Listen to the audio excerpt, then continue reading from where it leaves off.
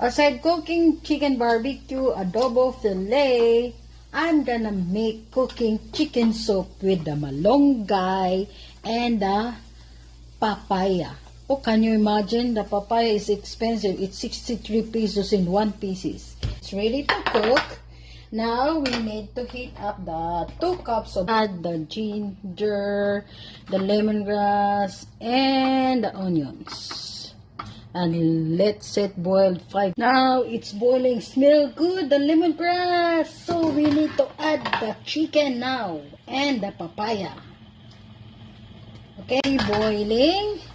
See, look at that.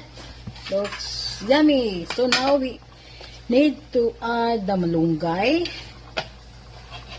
And then add the fish sauce. Patis. This is the best secret. Look yummy. The papaya and the malunggay chicken sauce.